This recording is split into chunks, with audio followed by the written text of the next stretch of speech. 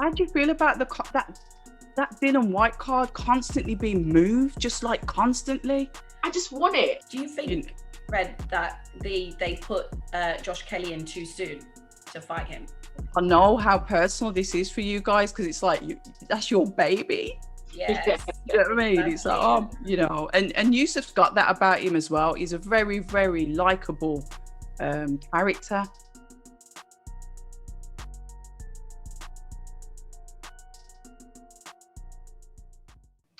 Hey, it's your girls Katie and Sham once again at Boxing and Bantz. And today I'm very pleased to welcome Abs from October Red. We've got a special ladies' night boxing special for you. Abs, welcome to the show. Thank you very much for having me. Ladies' night, women in boxing. This is fantastic. Thank you very much. So this week we're going to talk about last weekend's boxing. What a night of boxing it was.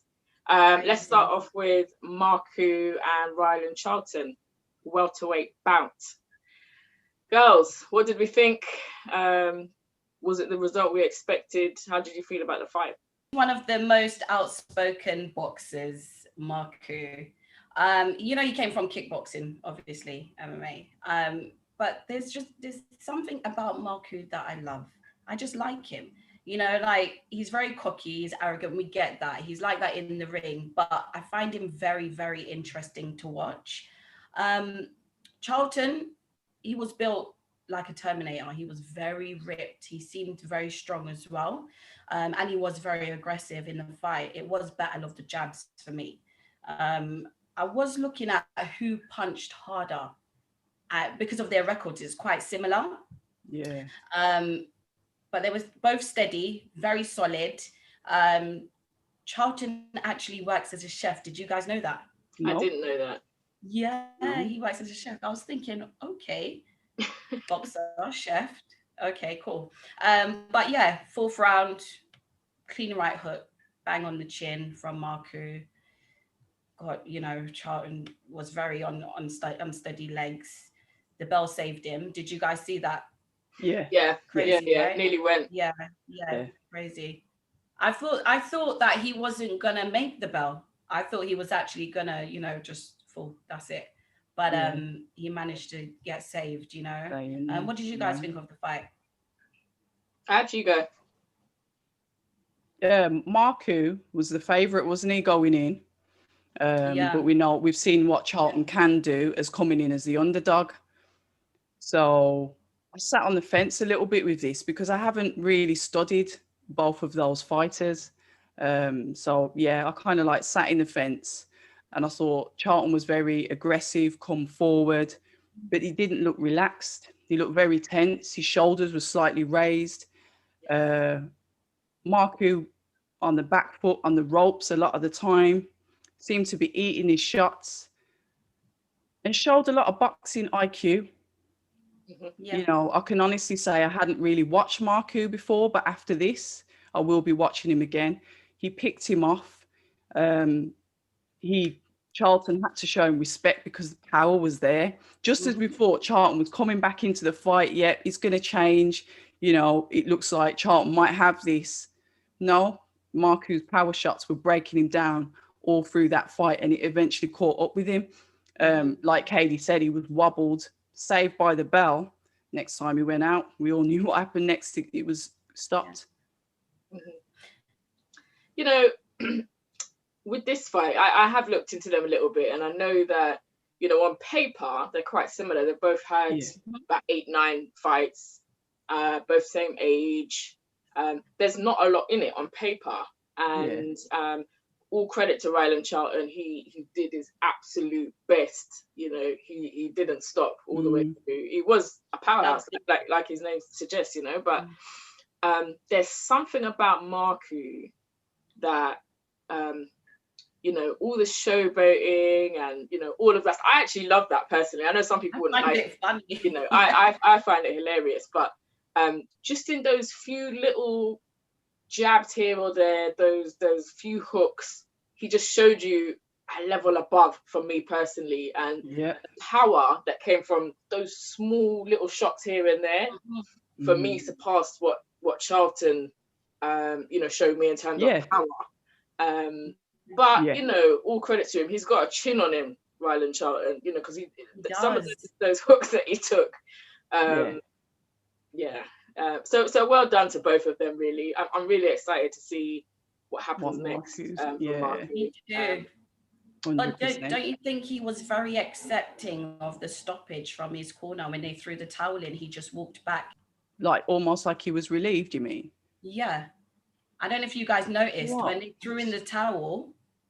I can't say he looked relieved to me, but I would say he didn't contest it though. He didn't contest it. No, it was accepting. He accepted it and walked off. You know, sometimes they have a little bit of a, but you know, you shouldn't have stopped it, but he just walked over and sat down, and that was it. You know. For Ryland Charlton, his punches didn't seem to really get to Marku. Like he was kind of laughing them off. It's a horrible, mindset thing to do in the ring to someone. Do you know what I mean? But it didn't feel like it was hurting him. Yeah. And he looked tense. Yeah, his shoulder just looked raised, and he looked tense. Obviously, with all that muscle mass as well, oxygen, is going to be eating its way through you as well. But fair play. But I think now people have to really start taking Marku seriously. Okay, let's go on to Josh Kelly. Oh, God. I was really rooting. But so Josh Kelly loses his first professional fight to David Avanesyan, who defends his European welterweight title at Wembley Arena. Kelly's trainer, Adam Booth, was forced to throw in the towel after 2 knockdowns in the 6th round. Girls, ladies, what's your thoughts? How did you feel? I expected it. Avanesyan's quite awkward. Do you think, Red, that they put Josh Kelly in too soon to fight him? Yeah, I wouldn't say that he wasn't ready. I wouldn't call it a mismatch. But it was a personal match that's been bubbling, from coach to coach, from the 2020 presser. Once again, Avanesyan, being the champion, seemed to come in as the underdog. And I think I expected it to go the way that it did. There's some discrepancy on how he got the injury at the back of his head. And then obviously his eye was cut. You could see when he was moving around that the blood flow, the oxygen, it was just squirting out of him. So I thought, is he gonna pass out? So I'm not a doctor, but I know that you need blood to move oxygen around, and if it's squirting out of you like that, then I knew from then. I think he'd be in trouble. Yeah, especially where the cut was at the back of his head. I'm unsure as to how it happened, because I watched the fight back a few times and I was thinking, where and how did that happen? But I'm just going to say as well, just to jump in as well. I'm going to disagree with you. Unfortunately, I think it was too soon for Josh Kelly. David Avanesyan has had about 30 fights, just over 30 fights now. Yeah. Josh Kelly, with the skill that he's got, and I think he's got a lot of skill, 11? Only had 11, 12 fights now. Yeah. So that's 3 times the amounts of fights. All of those, every single fight that a boxer has adds to their experience levels.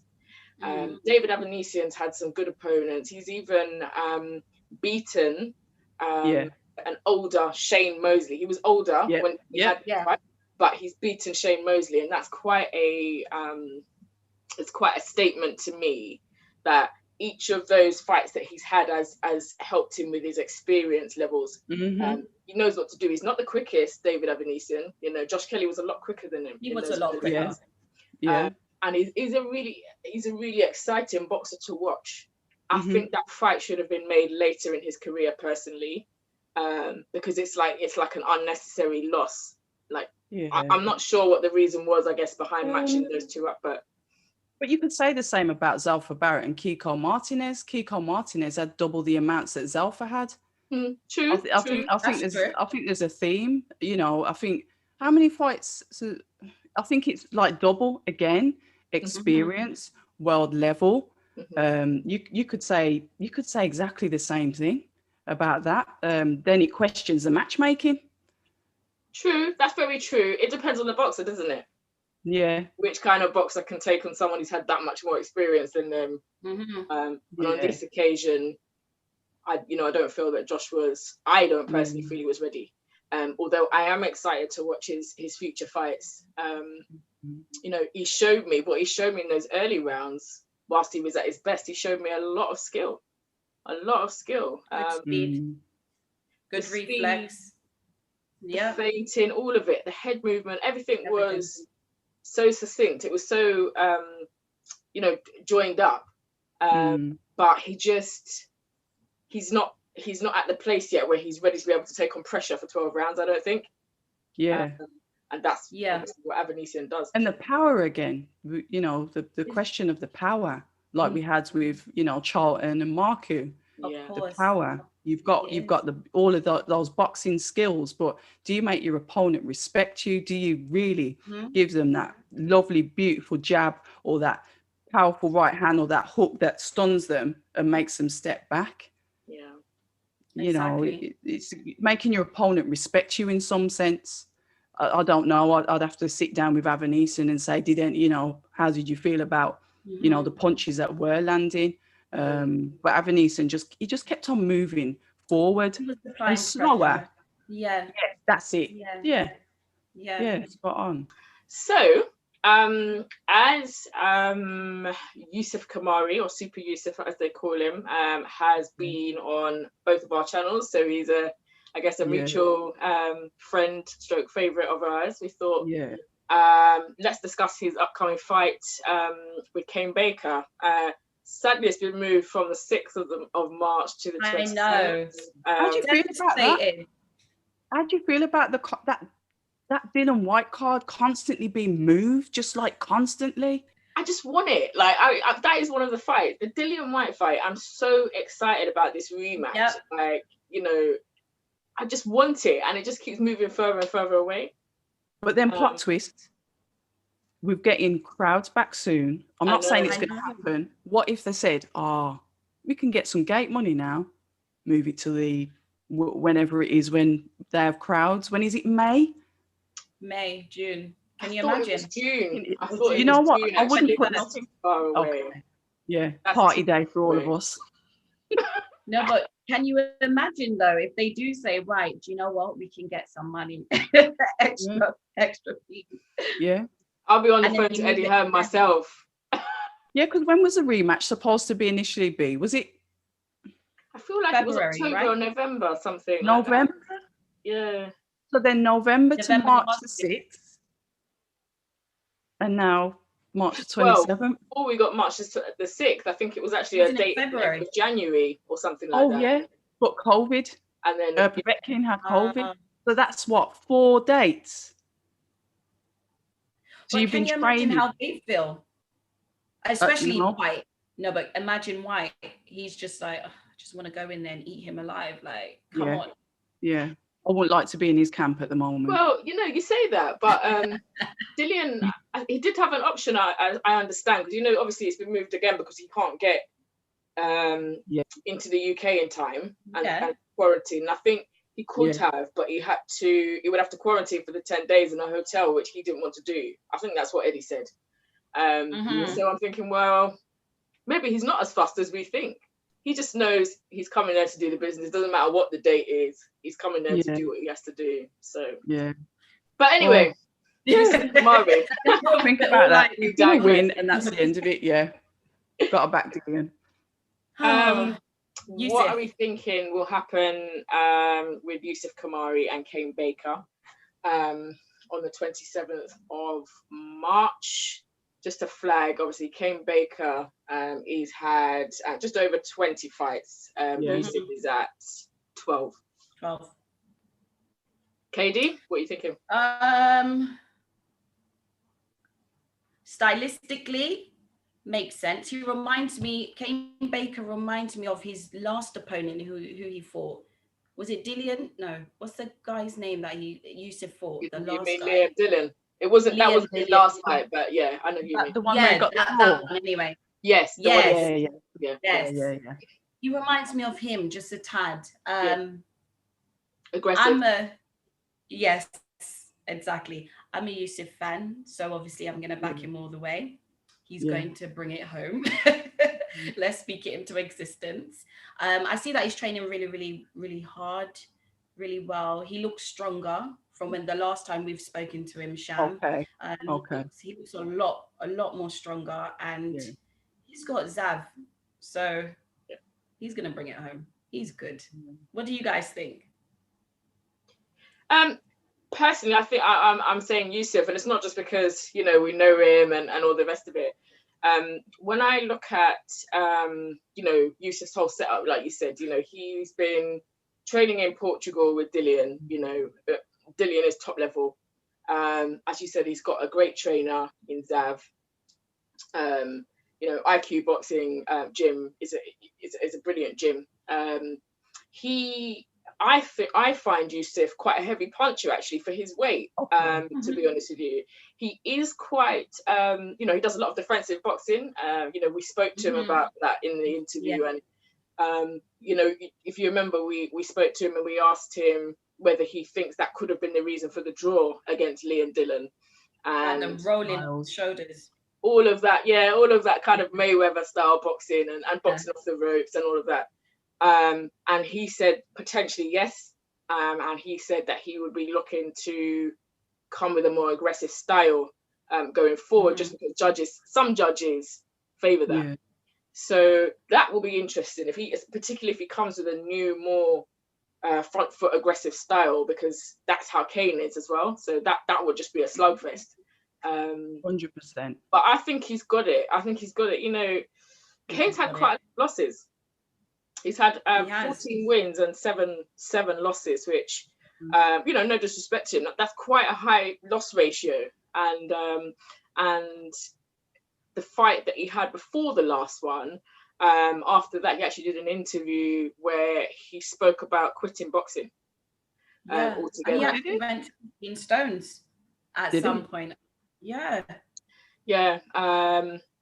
So he, I would question his motivation just a little bit, because I would imagine with that many losses, you might start wondering to yourself, is it for me? But he fought again. Towards the end of 2020. So he won that fight as well. So yeah, he did. Yeah. So maybe he's back. He's still got it. I'm very interested to see what happens, but I feel that Yusuf takes this one.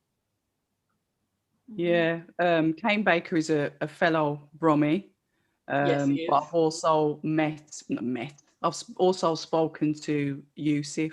I haven't spoken with Kane, so I'm going to try and be as objective as I can. It's a straight slugfest. That's a 50-50 fight in my eyes. Yeah. It just depends on who lands the better punches. I'm quite surprised to hear about Kane talking about retiring, which sort of like makes, like you were saying, what's the motive to carry on? But I know that he's very aggressive, he's very come forward, and I can literally see them just knocking the crap out of each other, if I'm honest. Yeah. And it's just who lands the best shots. I'm going to try not to be biased on this one. But Yusuf is Yusuf is a lovely character, and we have our favorites, don't we? But I just, like, objectively looking at it, I think it's a straight 50-50. Either one of them, I think, can pull it off. We'll just see who wants it more on the night. Yeah, exactly. Absolutely, and good luck to both of them, really. Yeah. Exactly. With Yusuf, I think this is probably his first time on a big stage as well. Stage. That will be interesting to see him on a matchroom card and how he deals with that. Pressure. Even the weigh-ins, the face-off, everything. I can't wait to see him up there. And especially as you guys interviewed him first, because I remember like when I was going to speak to him, I saw your interview, and that's how I found you, because I was looking for him, and then I saw your guys' interview. And I was like, oh my gosh. So it's like, I know how personal this is for you guys, because it's like, that's your baby. Yes. You know what I mean? It's like, oh, you know, and Yusuf's got that about him as well. He's a very, very likable character. You know, he's got that about him. He's, you know, you warm to him naturally.